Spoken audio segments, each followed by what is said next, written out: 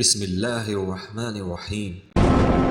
السلام علیکم۔ خزانے کی تلاش میں آپ سب کو خوش آمدید۔ چلتے ہیں آج کی نئی قسط کی طرف، لیکن سب سے پہلے سمجھداروں کے لیے ایک اشارہ اور ایک یاد دہانی۔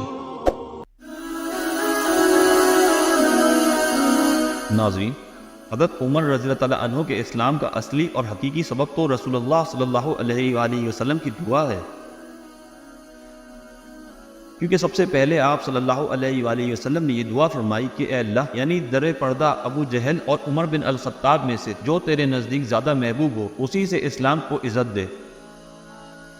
ناظرین، یہ حدیث مسند احمد اور جامع ترمذی میں حسن اسناد کے ساتھ موجود ہے۔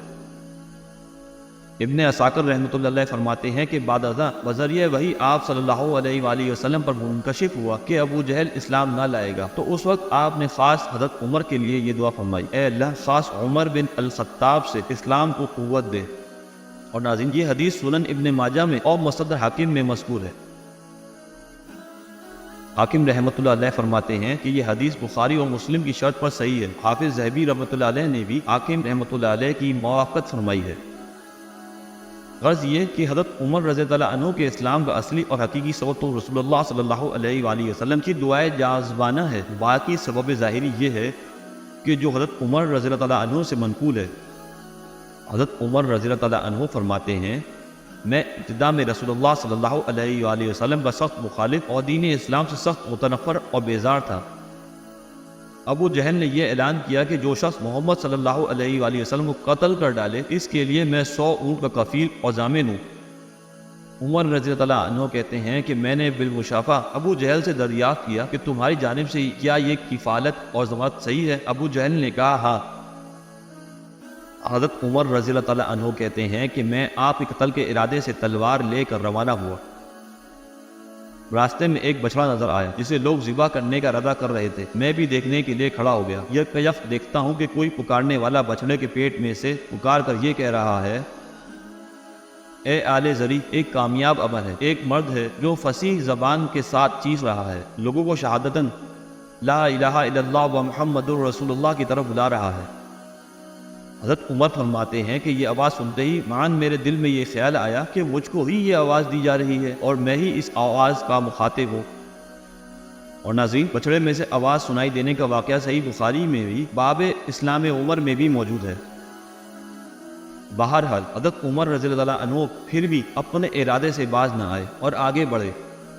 کچھ قدم چل کر نعیم بن عبداللہ نہم ملے اور پوچھا کہ اے عمر، اس دوپہر میں کس ارادے سے جا رہے ہو؟ عمر نے کہا، محمد صلی اللہ علیہ وآلہ وسلم کے قتل کا ارادہ ہے۔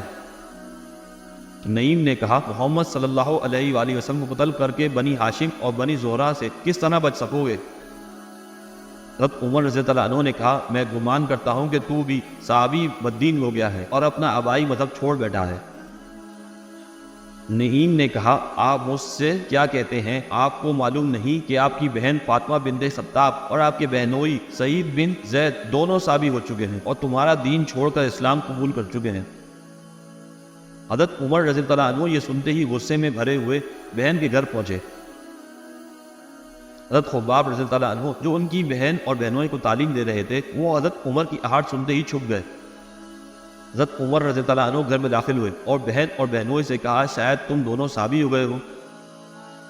بہنوئی نے کہا، اے عمر، اگر تمہارا دین حق نہ ہو بلکہ اس کے سوا کوئی دوسرا دین حق ہو تو بتلاؤ کیا کرنا چاہیے؟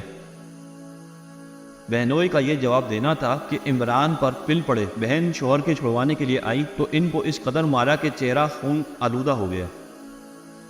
اس وقت بہن نے یہ کہا، اے خطاب کے بیٹے، تجھ سے جو کچھ ہو سکتا ہے وہ کر لے، ہم تو مسلمان ہو چکے ہیں۔ اے اللہ کے دشمن، تو ہم کو محض اس لیے مارتا ہے کہ ہم اللہ کو ایک مانتے ہیں؟ خوب سمجھ لے کہ ہم اسلام لا چکے ہیں، اگرچہ تیری ناک خاک آلود ہو۔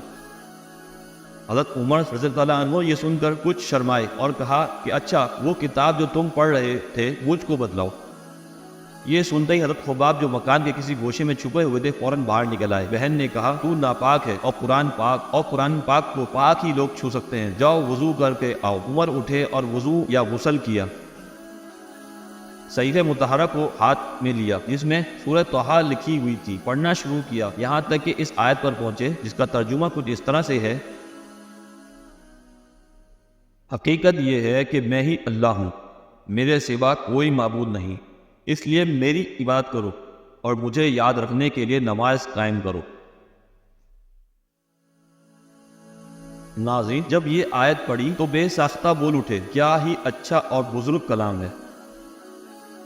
حضرت خباب رضی اللہ عنہ نے حضرت عمر سے یہ سن کر کہا، اے عمر، تم کو بشارت ہو، میں امید کرتا ہوں کہ رسول اللہ صلی اللہ علیہ وآلہ وسلم کی دعا تمہارے حق میں قبول ہوئی۔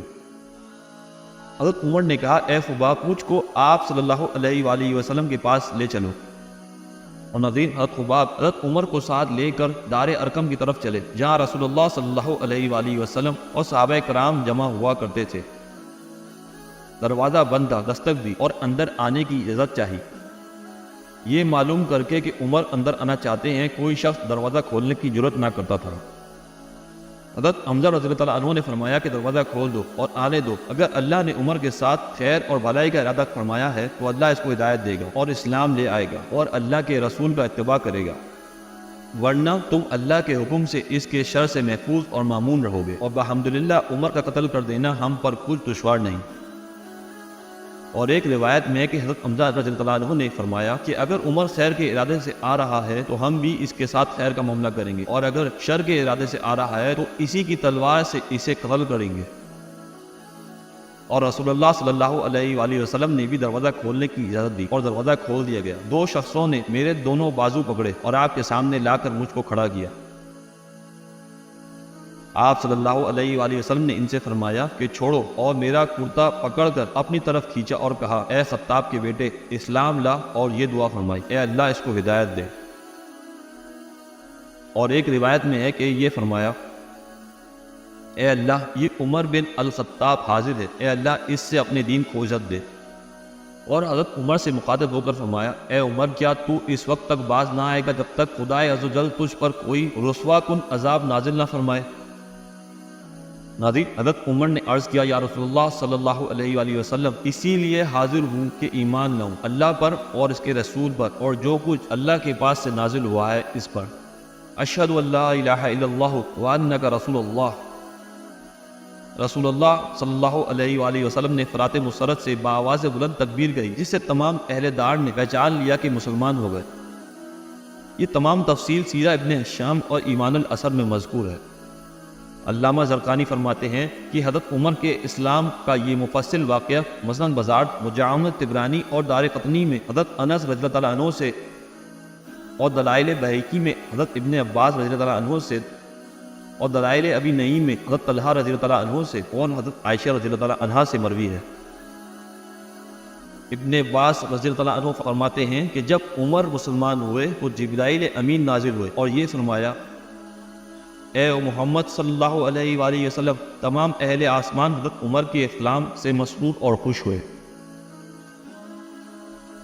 حضرت عمر اسلام لائے اور اسی وقت سے دین کی عزت اور اسلام کا ظہور اور غلبہ شروع ہو گیا۔ علل اعلان حرم میں نماز پڑھنے لگے، اعلانیہ طور پر اسلام کی دعوت تبلیغ شروع ہو گئی۔ اسی روز سے حق اور باطل کا فرق واضح ہوا اور رسول اللہ صلی اللہ علیہ وآلہ وسلم نے آپ کا نام فاروق رکھا۔ اور نظیر، جب حضرت عمر رضی اللہ عنہ اسلام لے آئے تو یہ خیال پیدا ہوا کہ اپنے اسلام کی ایسے شخص کو اطلاع دوں کہ جو بات کے مشہور کرنے میں خوب ماہر ہوتا کہ سب کو میرے اسلام کی اطلاع ہو جائے۔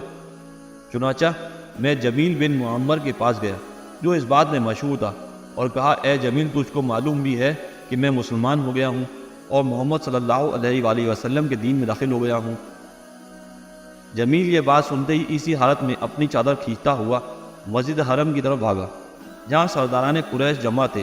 وہاں پہنچ کر بآواز بلند یہ کہا، اے لوگو، عمر صابی ہو گیا۔ حضرت عمر فرماتے ہیں، میں بھی پیچھے پیچھے پہنچا اور کہا کہ یہ غلط کہتا ہے، میں صابی نہیں ہوں، میں تو اسلام لایا ہوں، اور یہ گواہی دی کہ اللہ تعالیٰ کے سوا کوئی معبود نہیں اور محمد صلی اللہ علیہ وآلہ وسلم اس کے بندے اور اس کے رسول ہیں۔ یہ سننا تھا کہ لوگ حضرت عمر پر ٹوٹ پڑے اور مارنا شروع کیا۔ اسی میں دن چڑھ گیا۔ اتفاق سے آس بن وائل سہمی ادھر آ نکلے۔ آس نے دریافت کیا کہ کیا واقعہ ہے۔ لوگوں نے کہا، عمر صابی ہو گیا ہے۔ آس نے کہا، تو پھر کیا ہوا؟ ایک شخص نے اپنے لیے ایک امر کو اختیار کر لیا ہے، یعنی پھر تم کیوں مزاحم ہوتے ہو؟ کیا تمہارا گمان ہے کہ بنی عدی اپنے آدمی یعنی حضرت عمر کو یوں ہی چھوڑ دیں گے؟ جاؤ میں نے عمر کو پناہ دی، آج کا پناہ دینا تھا کہ تمام مجمع منتشر ہو گیا۔ ناظرین فی الحال آج کے لیے بس اتنا ہی۔ اگر آج کی قسط آپ کو پسند آئی ہو تو لازمی لائک ضرور کیجیے گا، اور ہمارے ساتھ جڑے رہنے کے لیے اور حضور اکرم صلی اللہ علیہ وآلہ وسلم کی زندگی کے بارے میں مزید جاننے کے لیے چینل کو لازمی سبسکرائب بھی کیجیے اور اپنے پیاروں سے بھی لازمی شیئر کیجیے۔ انشاءاللہ تعالی ملتے ہیں اگلی قسط میں، جب تک اپنا بہت سارا خیال رکھیے گا۔ اللہ حافظ۔